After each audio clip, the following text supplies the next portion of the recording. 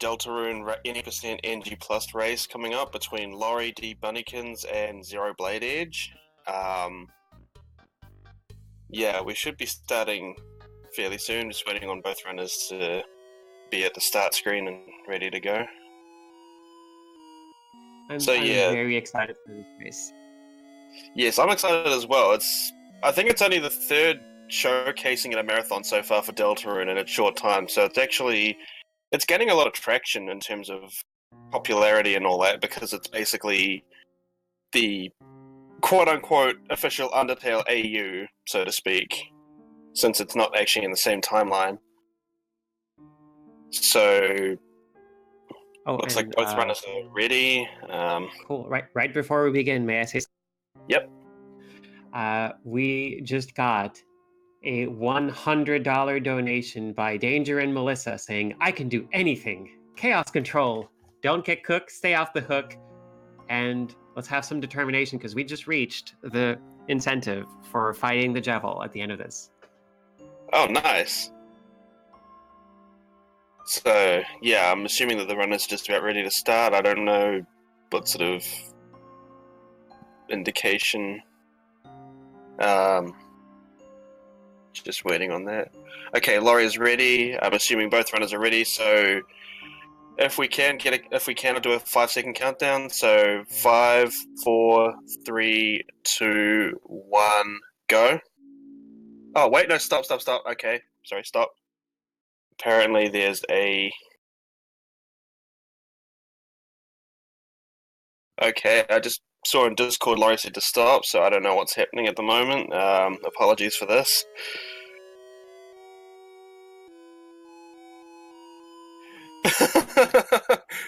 Apparently Laurie started early. Yeah, apparently Laurie started early, so they're just going to do a quick relaunch of the game. Also, another thing to note is we want to have the game started fairly soon, because there's an item that you can get which disappears after, I believe, 8 minutes.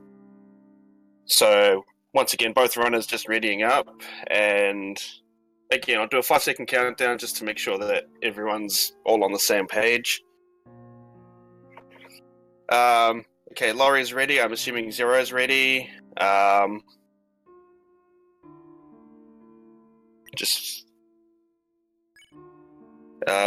Yeah, I'll do a 5 count. So 5, 4, 3, 2, 1, go.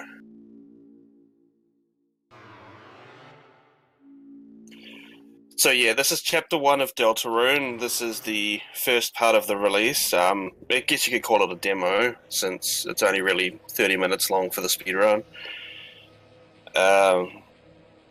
First thing you notice and how it's different to Undertale right off the bat is you actually create your own character, so to speak.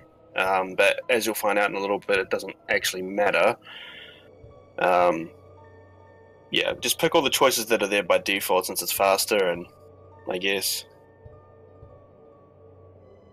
Yeah, so the sequence is about 45 seconds, so we're just about done with that, and then we get into the game itself. Obviously, if there's any questions that come up throughout the run in chat, feel free to ask, and I'll try to answer as best as I can. So you'll notice a lot of differences between this game and Undertale right off the bat, namely the overworld system, but that's more so when you actually progress further into the game. Also, yeah, Laurie hopping back into bed because it takes you straight back to the Dark World, hence the NG plus part of the run. And Laurie has the wrist protector, Zero about to grab it now. So, little piece of speedrunner friendly tech from Toby Fox. Wrist protector auto mashes for you, so you don't actually have to mash like you would in Undertale. Instead, you only have to hold down the C or control keys in order to have it complete the mash for you. Although you do still want to mash Z and Enter occasionally, since it is a little bit faster. So we've got a little puzzle here, just sort of... I guess this is sort of like an introductory guide again, so to speak. Sort of like an Undertale with tutorial. So you're controlling the main character, whose name is Chris, by the way. I kind of forgot that. And this purple monster dinosaur thingy here is called Susie, and Susie's kind of important in a little bit of time because we have to try and manipulate damage against her, which, yeah. Choices do matter. You can choose to be the Lancer fan club. Yes, you can. So we've got a little. So there's the first little bit of overworld differences in Deltarune, in that you actually have a sequence where you can actually take damage while you're in the overworld, which is actually pretty nifty, and you have to try and dodge to not get hit. So, just about done with the pre-castle town area. And we've got our first party member, and we're about to go and get our second party member. So there's 3 members in our party, usually. Also, we're going to meet one of the other fun characters in this game as well, who... Yeah. So what makes it NG+? The fact that you can hop back into the bed straight away, instead of having to go through the prologue sequence of going to school and all that sort of stuff, which saves about 3 minutes 45. So yeah, we've got Lancer coming up now, and he's basically the Deltarune version of Sans. And we want to try and do a 3-turn here with getting 3 frame-perfect hits. And yeah, hopefully we get some good RNG from Laurie's end here, and we get Susie taking damage now. We want Susie to take damage because later on there's a fight that if we do take enough damage, we can get Susie to go down, and it actually saves a few seconds. Laurie unfortunately getting a 4-turn. Zero, I didn't see the first attack, but I'm thinking there might be... Nope, they didn't get a 3-turn either. That's unfortunate. Yeah, well, you get an item that's good. You get the wrist protector regardless, as long as you don't take more than 8 minutes to get to that area, which, even if you do the true reset category, it takes about 5 minutes. Also, yeah, we acquired Ralsei, the fluffy goat boy, into our party.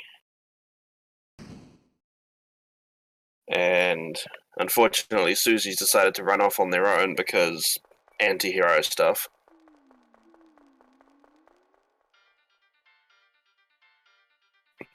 So, we're at the Field of Hopes and Dreams, and you'll notice here we're running from this encounter. We actually get encounters in the overworld now instead of grinding and running into them traditionally in Undertale. And obviously movement is a bit more... well, sorry, I mean to say, like, movement's a bit more important in this game and this run because you actually have to worry about not running into encounters too early. So we've got the triple Hathy coming up, and there's a little bit of a skip you can do with the text, which is you take intentional damage and you skip Lance's little monologue.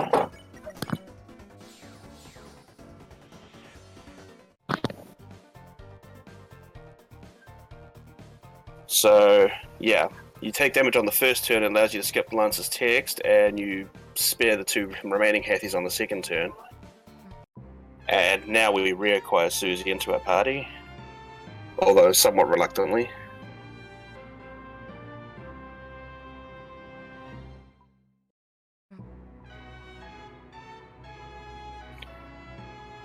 Yeah, so there's only really, if with movement in this game and encounter skips, there's only a few encounters you actually have to do normally. The first one obviously is the triple Hathy encounter. There is also a couple more encounters that come up throughout the run, including one of the more difficult encounters to skip. It is doable, just not very easy to do. So, we're coming up to the Jigsaw encounter, which, again, is another scripted encounter which we can't really get out of. And again, Susie being somewhat evil towards Lancer. So yeah, we've got Susie at 34 HP at the moment for Laurie, so there's a good setup for the K round fight.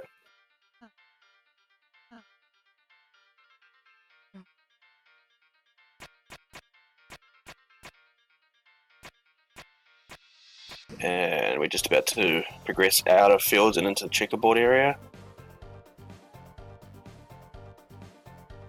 I guess outside of the encounter mechanics and movement and encounter skips and whatnot, there's not really too much, but I'll try and explain things as best as I can.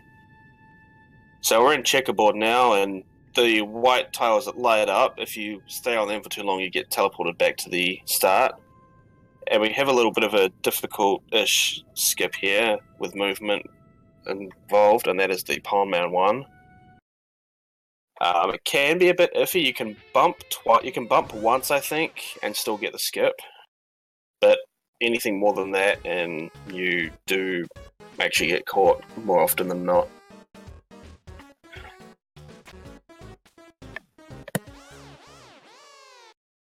So yeah, we're gonna pick the right option for the fan club here because it's just faster, I guess.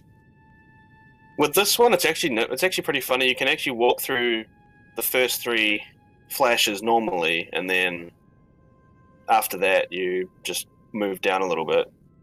Laurie getting a couple of bonks there, but still has enough clearance to get through Pawn Man 2.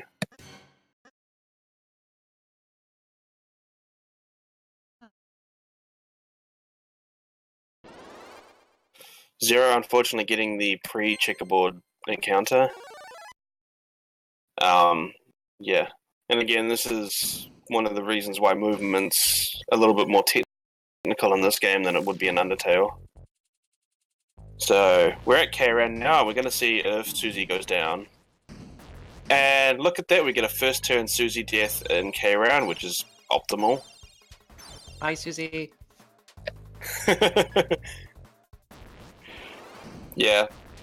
It's kind of a meme within the community that we just want Susie to die, because basically we don't have to go through her attack animation, and then we don't have to go through K-Round drinking the almond milk to restore his health.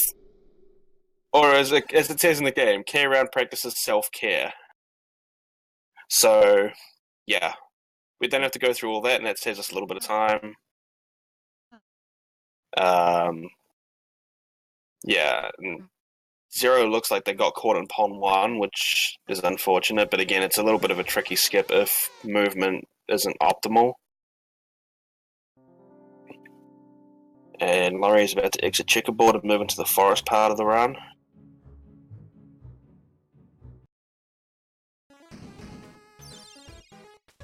So, yeah, there's a few more encounter skips coming up, but some of them are a little bit less easy than others. The first major block skip, for example, is kind of iffy. It's not necessarily frame perfect, but it's more timing, I guess. And we didn't see the clip through the diamonds there. Apparently there's about a frame or two between each diamond where you can actually just clip through and not take any damage.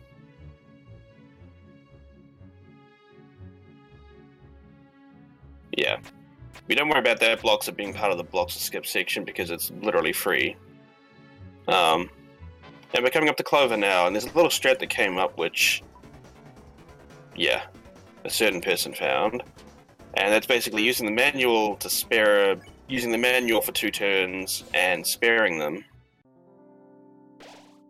Instead of basically the 3-turn strat, which is either fighting for 3 turns or talking to them for 3 turns and getting them to spare that way.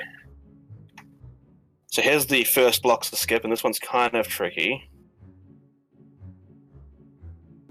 Laurie getting it very easily by the looks of it.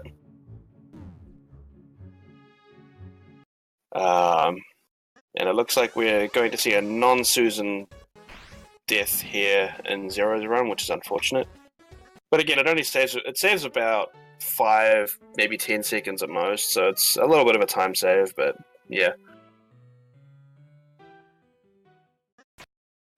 Now we're coming up to the builder machine. Laurie opting to go for the speedrun strat of picking the first option and not building the duck.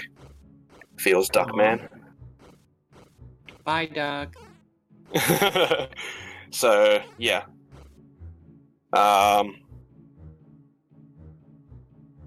Again, it's mostly just walking, a few puzzles, and we're just about to actually come up to the maze, which, yeah. This is why, yeah, we don't want to trust Lancer too much, because he goes up the wrong pathway all the time, and we want to go up the other path because it's actually correct. And then we get Susie, who basically says, "Oh, why'd you go the other way and let Lancer get lost?" Da da da da da. So there's another skip coming up here, which, since Laurie got the first blocks of skip, we have to do it this way to get the second one. Since if you actually skip an encounter, the aggression factor remains the same until you get caught by said encounter. So skipping the first blocks of there that we did, it actually means that the second one in the maze is going to be just as aggressive to us. And now we're coming up to the 2v2, Ralsei and Chris versus Susie and Lancer. And what we want to do here is we want to talk to Lancer twice, and then put Susie to sleep, then talk to Lancer 2 more times.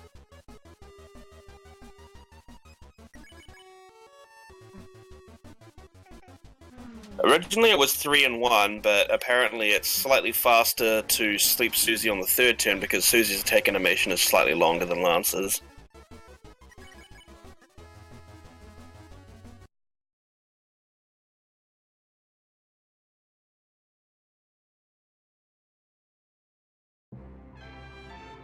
And yeah, it looks like Zero unfortunately getting caught by the blocks there, so we're going to see the... Oh no, going for the attack option there. So yeah, that's basically forest done. There's a little bit more walking to do.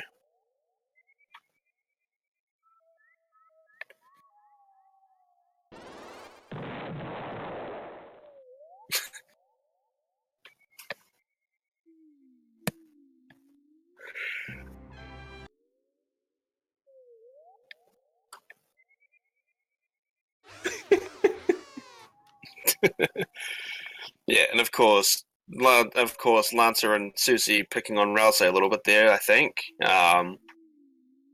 Or maybe not picking on, but, you know, it's Ralsei. I mean,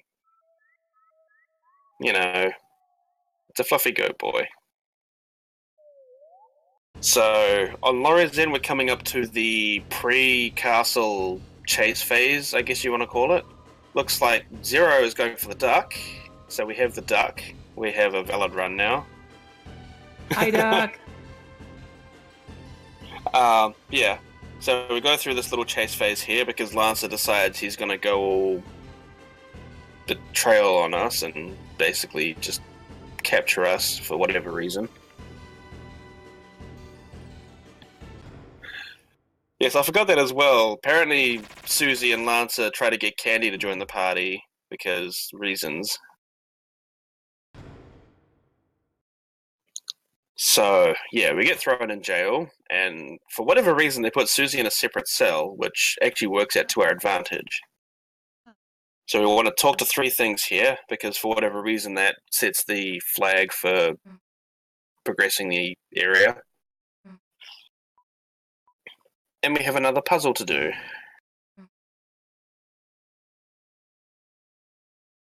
Yeah, as you saw on Zero's screen, the second blocks of there was a lot slower than Laurie's one because he didn't get the skip first time.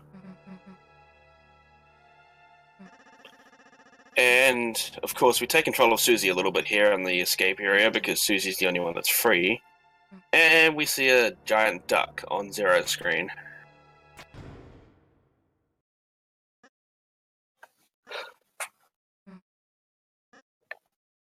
So, yeah, of course, Susie's a little bit confused as to why Lance is basically throwing us in jail and proceeds to decide to fight him. Because, yeah.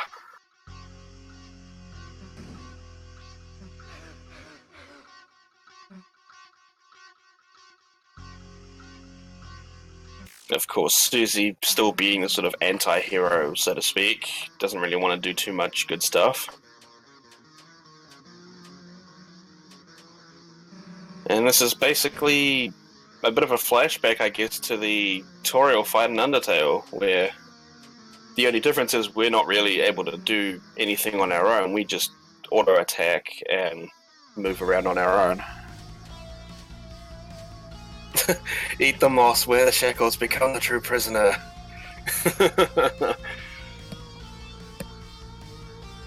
So yeah, we just basically have an auto-scroller here for Laurie. It's just we automatically attack and can't do anything else now.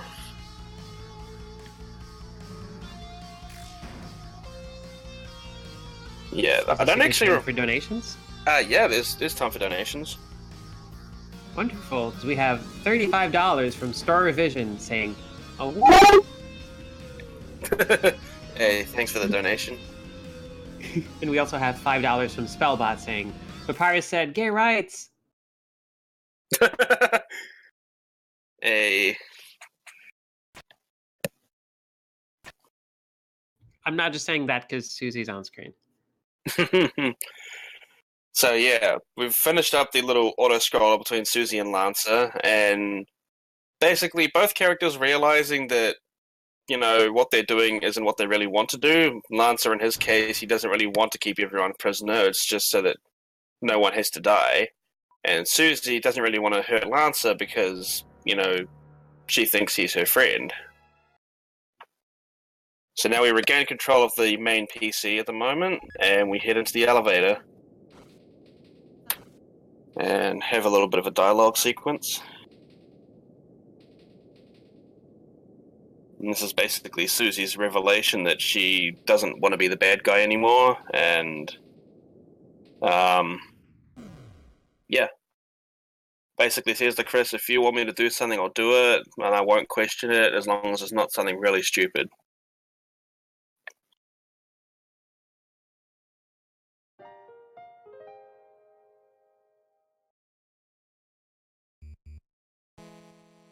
So yeah, we do have 2 more encounter skips coming up. One's not too bad, and Laurie going for the safer option there. There's a faster run and ranger skip you can do, but again, going for the safer option there, which is perfectly fine. It only loses about a second.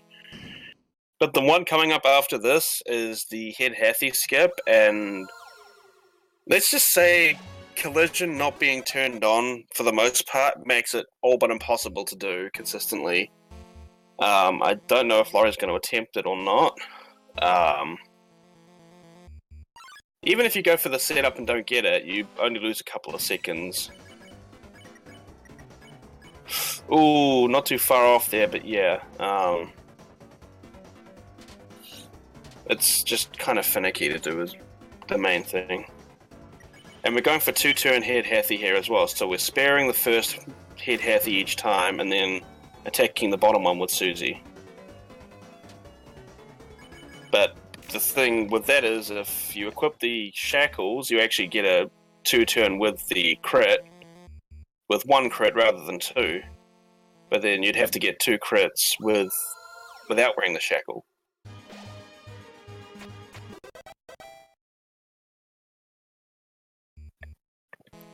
And of course we see Rules card now. Yeah, just throwing a random puzzle in our way. We're going to have Laurie going and get the Brave Axe now, which we're going to equip on Susie, and that's going to give us a bit of extra damage on the King fight. But of course we do have one last K-round encounter, because what would this run be without more K-round?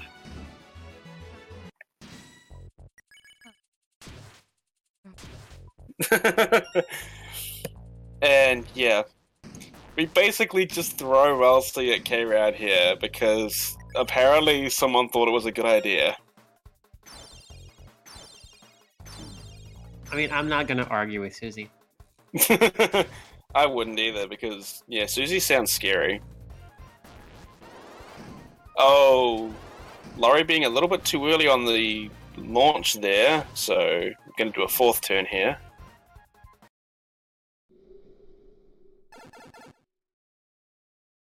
And yeah, sometimes the hitboxes can be a bit jank, but then again, 4 turns still, you know, that's good, but it's not 3 turn. Yes, we get to yeet the goat boy.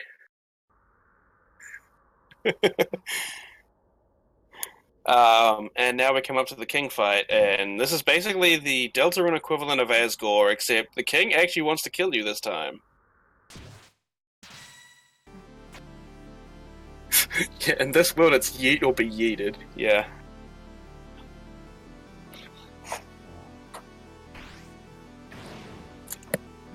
So... And by the looks of it, we have Zero just about to start the card castle phase of the run, going through the Rudden and Head Hathig encounters.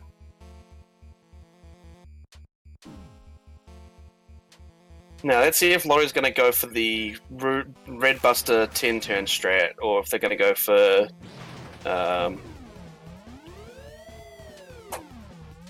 might be going for normal Rude Buster here.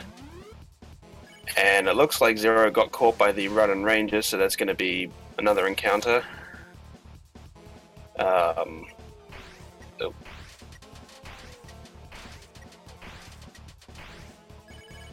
Going for the spare option there, that's good.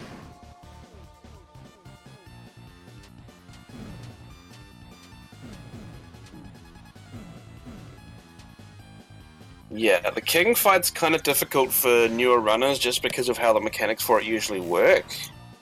But once you've done it enough times, it's fairly straightforward. It's just get as much TP as you can and don't die.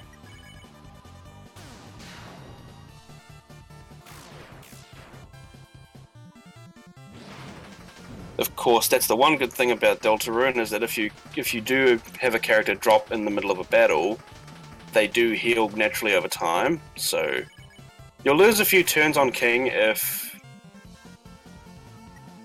you do actually lose a character here and there, but it's not fatal, so to speak.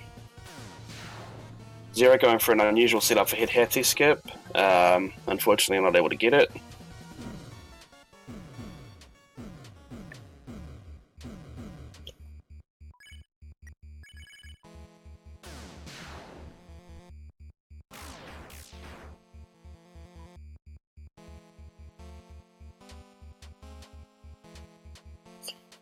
Looks like we're at 9 turns for King now, so this will be turn number 10. And it looks like there was a 10 turn from Laurie, I think.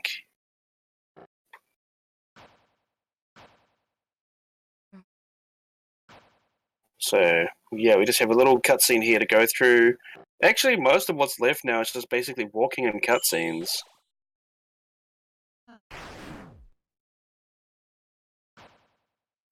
Walking in cutscenes is probably some of my favorite parts of Toby Fox games.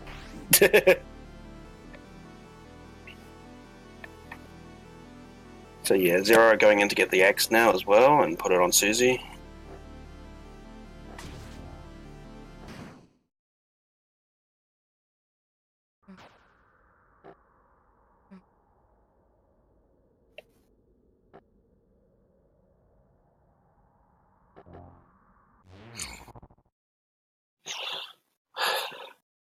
Get to see more K-Round and Goat Boy being yeeted. Yeeted? Is that even a word? How would you go about that? I mean, honestly, language keeps evolving. Yeah.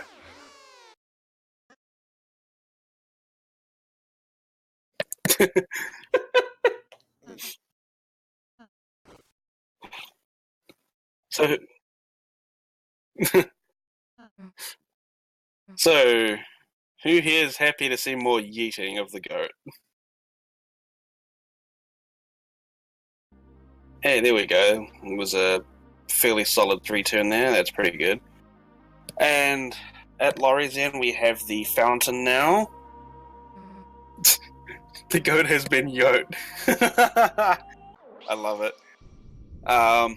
Yeah. And then, basically, once we clear up the fountain, that's basically going to be it. We're just going to have to go back into the overworld and go back home.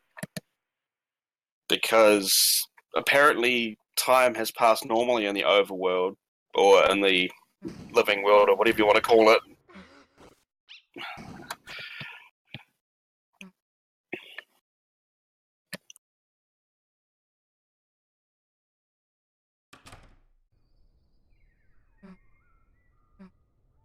Hi, Sham.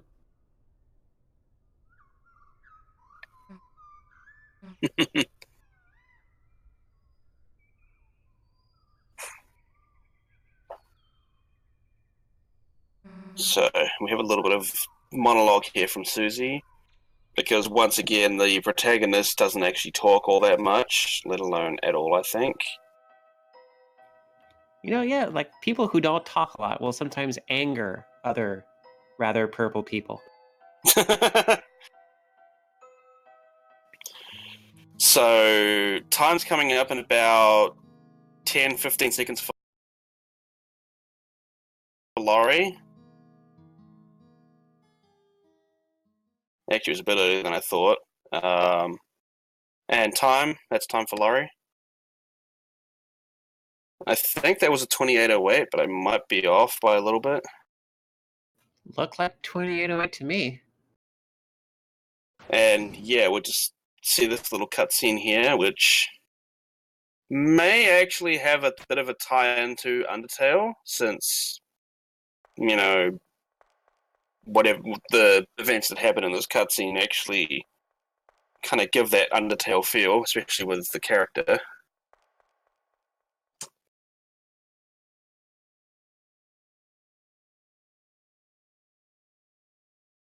What's that?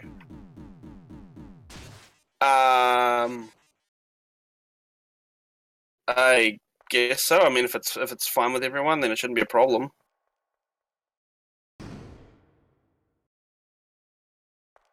All right, I'm here. That was a good run. Yep. So, by the way, we did meet the Javelin incentive, so Yeah. whenever you're ready for that, we will Yeah, I get might that set wait up. for Zero to finish. I don't know where Zero is right now. It's about 2/3 of the way through King, All right. I might get the so file not too ready. far. Yeah. That was a really good run. I heard your comment about the duck, and I really wanted to make the duck. But, like, I really wanted to make the duck. But, after, turn 1 Susie down on K round 1, I was like, this might be PB base. Because it was a really good start. But it didn't end up being a PB because I had some mess ups in the second half of the run. Yeah.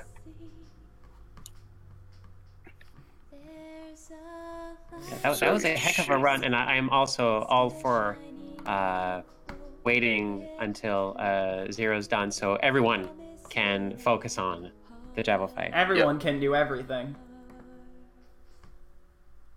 Don't forget, I'm with you in the dark. In fact, So we should be...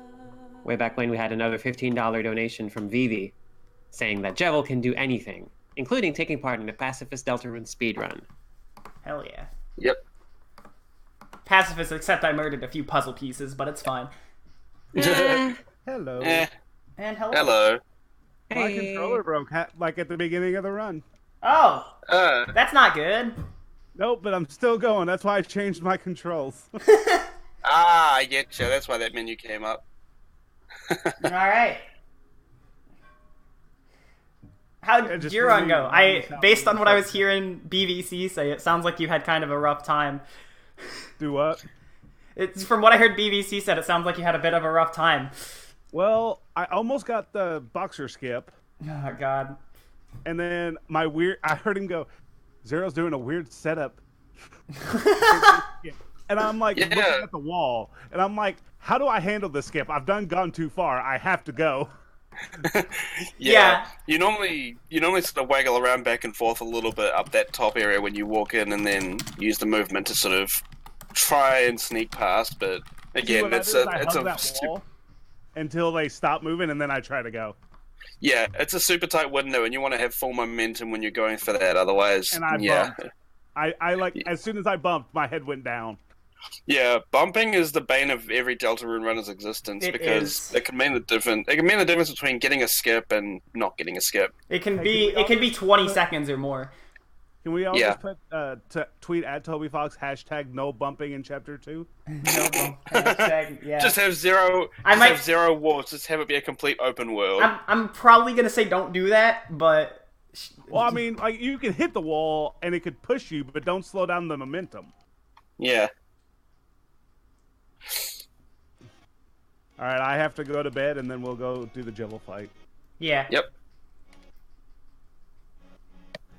Yeah, and of course, continuing with the theme of similarities between this and Undertale, Jevil is basically the equivalent of Sans, except there's no genocide route in Deltarune yet.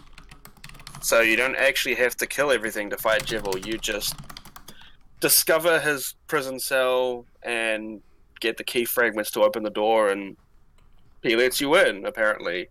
So, but there is, as BB was saying, there is pacifist and genocide with Jevil. What I mean by that is you can spare Jevil and get a piece of armor, or you can kill Jevil and get his tail as a sword. If you kill Jevil, you get the Devil's Knife, which is what he transforms into throughout the run, and if you spare him, then you get the Jevil's Tail, which is an equipable piece of armor. Right. So, which basically does an insane defense boost. So yeah, time for Zero's coming up in a little bit. I'll try and give an accurate call out. Hi, cat with one arm. His name's Lucky. Ah. In my stream, I've dubbed him Lucky. And so yeah, time. Oh, there we go. Nice. Underestimate, you did it. Broken controller speed run. Yay! Oh, we did it again. We did it. Can I submit that as broken controller %? Probably not. I wish you could. I'll put it in my info. All right. Yes. Each character also has a little bit of dialogue when you equip certain items on them. With Susie, for example, Susie will say, "Oh, I figured I'd grow one of these eventually." Okay, let me pull up the stream so I can commentate Jevil fight. Yeah. Yep. We're just gonna let Chris rip his heart out on my stream as well. Actually, I want to show him the Easter egg real quick, if that's okay. Oh, I didn't do that. You're right. Oh, right. Yeah, that thing. So, as you can see, he's pulling out his heart. He's gonna throw it in this bird cage, like you saw on Laurie's. I don't know if she's to the left or the right of me. Left. But as you can see, if you tap the up, down, left, right arrows, you can actually move the heart. So you actually have control of your soul, air quote, while this is going on. And that's Deltarune. Yep. That is any % NG plus for Chapter 1. And now we are getting set up for the Jevil fight. Thank you for that amazing race, by the way. Yeah, Do we want to go to just one screen, or...? Yeah, do we have a one screen setup, or no?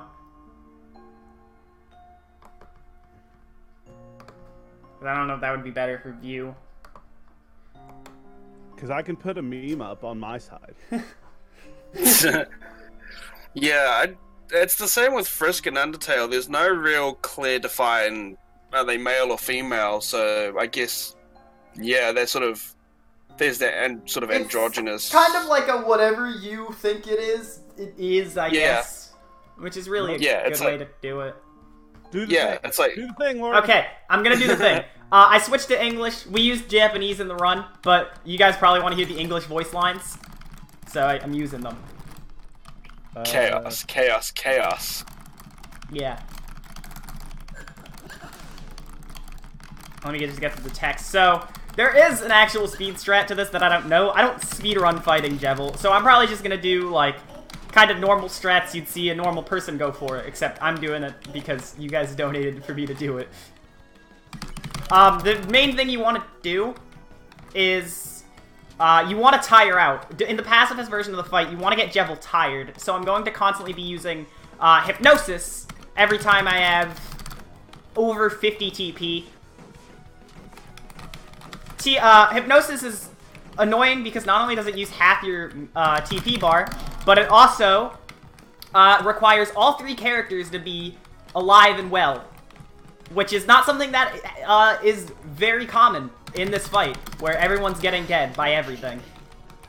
Yeah. Because not only do Jevel's attacks go a lot of places, they are very powerful.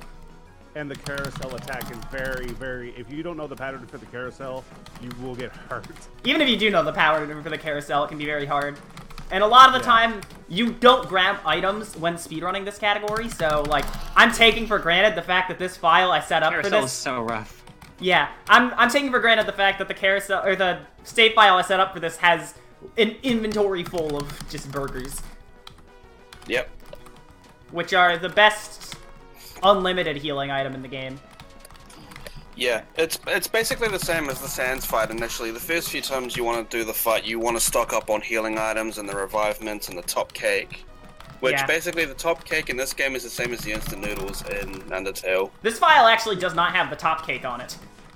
Ooh, risky. Ah. It's still... I replaced it with another dark burger, though, so... We still get to Can I work say, around though, that. I love the PS1 style background for Jevel's fight. Yeah. I'm just gonna get some dark burgers in now. I'm not used to being able to actually read what the things say in the menus.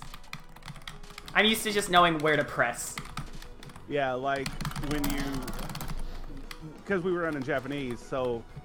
Like, in the first K round fight, it's... Like, for me, it's always A... Or it's left A, down A... For the bow. Mm-hmm. Yeah. Yeah, you really gotta memorize that, unless you want to memorize characters. And really, when you're menuing this fast in the run, you don't want to be reading. Also, there's Chris, me healing Chris to full health, and then immediately almost having Chris die again. One thing that's actually tricky about this fight is, when I'm mashing like this, I can't see who's being targeted, and since the characters don't appear on the side during this, I can't really tell anyways. Yeah. Okay, I'm gonna keep Susie alive. Ralsei's the one being targeted, of course, when I keep Susie alive.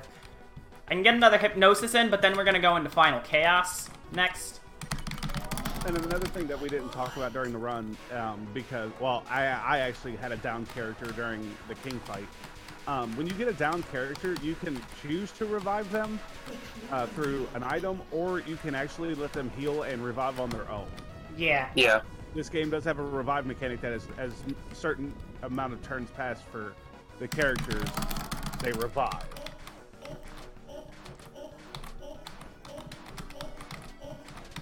Now we're at where Jevel is just going I'm gonna get ham.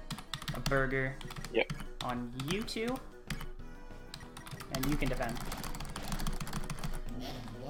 I still have a revive mint, so I still have, when the next character that falls, I can still revive for full health. I usually like to save that for when Susie dies, because she has the most HP, so she kind of gets the most value out of a full revive.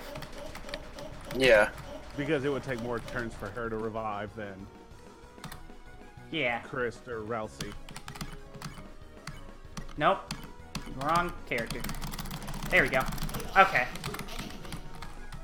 I think I'm at the end of the fight now, because he's looking tired. Yep. And then once he's tired, you can use Pacify, which is an ability that spares tired enemies. Yeah, Rousey didn't get a lot of screen time on this run. We didn't really talk about Rousey's role with the extras. Rousey has 2 spares, pretty much. Yep. Yeah. So we got Jevel's Tail, and that's Deltarune. Thanks, Power Up with Pride staff, for letting us race this game, and thanks to Toby Fox for making another Chapter 1 of what's probably going to be an amazing game. Well, we'll find out in hopefully 7 years or less. Yeah, you know. It is Toby Fox after all. It'll probably take about that long to get the second chapter out. And shout outs to the Trevor Foundation for the awesome work that they do. Yep, exactly. And yeah, just on my behalf as well, thanks for having us here and for allowing us to showcase this game and this race. And yeah, Laurie, you want to add to that real quick? I don't have much to say. You guys said everything. I'm just really happy the run went well, especially because if you guys are liked watching a race of this, next Monday, so not the 10th, but the 17th starts Speed Gaming's Deltarune tournament. So it's going to be really exciting. So there's going to be a lot of races in this in the future. I'm going to be participating. I don't know if Zero is. BBC, no, I think you are? I'm changing I'm in jobs it. at that time, so I'll be busy. Okay, well, that's unfortunate, but yeah, there's going to be a lot more races even when not in marathons, and I'm still trying to play this game a lot in marathons, so I'm glad I was able to show it off at this one. So let's, are we all good? Yeah. Yep. We should just I think clear that's out, about it. and I don't know what runs next, but So I think, I think Well, the I Mega can- Man blocks start. it's the start of the Mega Man block. I can't remember the round specifically. I apologize. It's Mega Man Extreme 2, and then Mega Man Powered Up. and you're coming back for Powered Up. I am coming back for Powered Up. Yeah, I'm coming back tomorrow, actually. Tomorrow morning, I'm playing Shovel Knight. I'm playing both my games on today, so if you like Proto Man, that's who I'm using in Powered Up. So I like Proto Man. there you go. I also like Proto Man. Wow. Yay. Proto Party. Yeah. All right. And also, speaking of runs, just mentioning for absolutely no reason at all that Sunday I will be doing a little co-op run of Link to the Past Randomizer, and the last incentive for this run is to have special new sprites. We haven't revealed what they are yet, but I don't know if you like what you just saw right now, maybe think about that. And I'll think with about that, let's just head on to the Mega Man block. I mean, I'm pretty broke after Ultimate, and I already threw in everything I could. So, Yep. I'm Yep. ready to watch Mega Man Extreme 2. me too. All right, thanks, everybody. Thank you. Yeah, thank you, BVC, by the way. Yeah, no worries.